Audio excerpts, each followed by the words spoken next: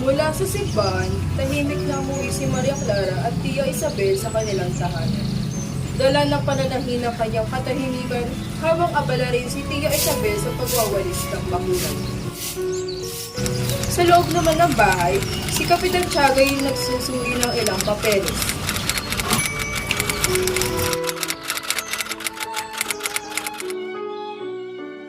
Sa kabila ng katahimikan, may lungkot sa puso ng dalaga. Isang lungkot na dulot ng matagal na pagkakahiwalay.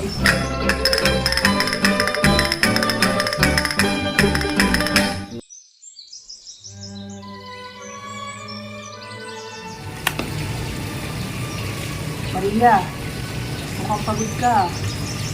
Nais mo bang magbakasyon muna sa lalawigan?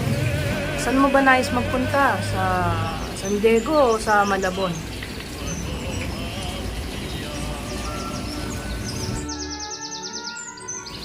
Huwag kang mag-alala. Sasamahan ka ng Tia Isabel mo. Ihanda ko ang gamit. Pamalita mo ito sa iyong mga kaibigan.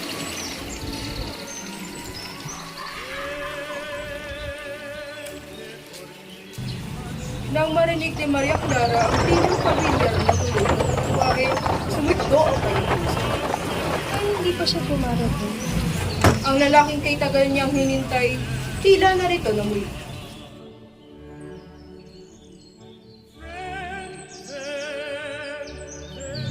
Tao ho! Tao ho!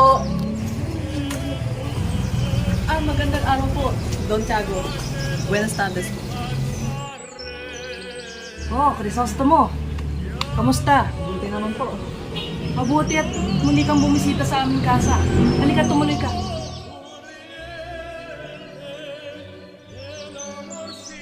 Isabela, narito si Don Crisostomo galing pang Europa. Magandang araw po. Crisostomo, buti't nakarating ka. Halina't pumasok tayo. Salamat po.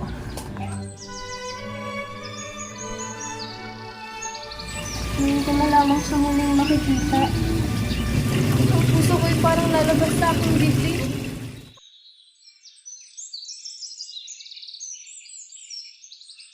Narito si Crisostomo. Pumaroon muna kay sa Asitea at mas presko ang hangin doon. Maria?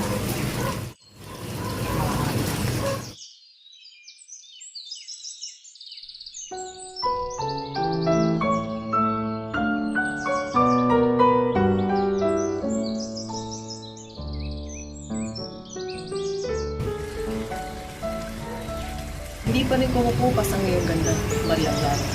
Mas lalo kang gumanda nung ako'y nasa malayo. At ikaw, Crisostomo, hindi ko akalain babalik ka pa. Hindi ba't ipinangako ko iyon? Sa kabila ng lahat, ikaw ang dahilan ba't ako nagbabalik dito. Maria, patawad kung ako'y nawala ng matagal. Ngunit, alam namang ako'y kailangan lumayo upang maghanda. Hindi ko kayang bumalik ng walang saysay. Wala kang dapat na ipagpatawad. Ang mahalagay nandito ka sa piling ko. Nais ko uling buuin ang lahat. Ang mga pangarap nating naputol, ang mga halakhak, at ang mga lihim na nais natin tubadin. Pipiliin mo huli ang araw na ito. Ang sandaling ito kaysa sa lahat ng panahon. Huwag mo akong iiwan, Maria. Kung saan mo ako iniwan, ay doon mo rin ang matatag. Ang dahon ng sambong. Ito ang isiniksik ko sa iyong libro bago ka umalis. Dala-dala ko ito sa Europa, sa mga gabing malamig at walang makausap. Iyan ang paalalahanan at ng pag-ibig. Isang lakad mo pa lamang sa Europa ay kumamis na ang iyong mga salita. Palibhas ay mga magagandang babaeng nakapaligid sa iyo noon. Ngunit kahit anong ganda nila, wala ni isa man ang pumantay sa alaala mo. Sa bawat gabi, ikaw ang bituin kong hinintay. Ako na may hinamang paulit-ulit kong binasa. Tapos, ayan ang sulat mo ng pamamaalam. Iyan ba ang isinulat ko sa iyo nung umalis ako? May iba ka pa bang sinulat sa akin, Ginoo? Maaari bang malaman kung anong isinulat ko riyan? Puro puros kasinungalingan, mga pagdadahilan. Pakinggan mo at babasahin ko. Pero lalaktawan ko ang mga kasinungalingan mo upang hindi naman masabing binibilog mo lamang ang ulo ko. Oh, pakinggan mo. Una, pinapapunta ako ng ama ko sa Europa. Ang desisyon niyang mangibang bansa ako ay makakabuti raw sa kinabukasan ko. Kailangang matutunan ko raw ang maraming masalimuot na bagay upang makapaglingkod sa lupang pinuhuan. Hindi ko raw ito matututunan dito.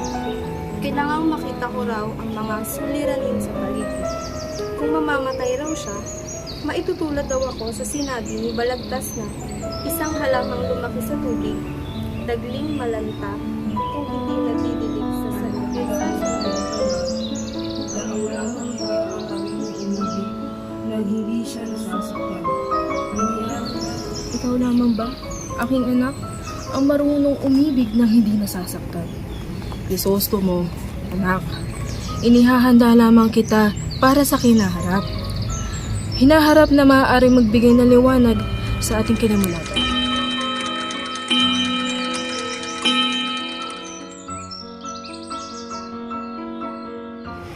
Anong gumugulo sa isipan mo, Crisostomo? Bukas na ang araw na mapatay. Uuwi ako ngayon sa San Diego. Sige, Maria. Bauna na ako.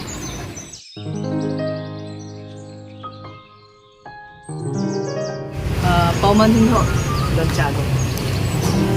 Gusto mo anak, ito'y tandaan mo. Ikaw ay tanggap dito basta't ang hangarin mo'y wagas at marangal. Ako po'y nangangako, Don Tiago. Hindi magbabago ang pag-ibig ko. Bauna na po ako. O sige. Pero bago ang lahat, ipabatid mo kay Andeng na ayusin ang aming bahay sa San Diego. Darating kami nila Maria at Isabel sa susunod na. Sisiguraduhin ko kung sabihin ko po sa kanya. Muli, salamat po sa oras niyo. Pumasok si Kapitan Tiago sa silid. Ang mga mata ay puno ng pag-alala nang makita si Maria Clara na nakaupo. Ang kanyang mga mukha ay maputla. Ang kanyang mga mata ay punong-puno na luma. Ang katahimikan ng silid ay tangi ang mahihinang paghigdi ni Maria Clara ang pumapaw.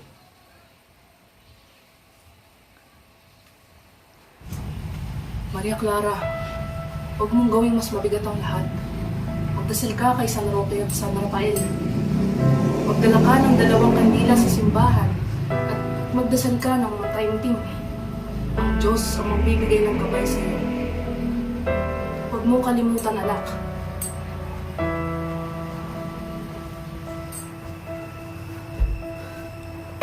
Huwag mong kalimutan, anak. Ang dasal ang magpapalakas sa ating lahat.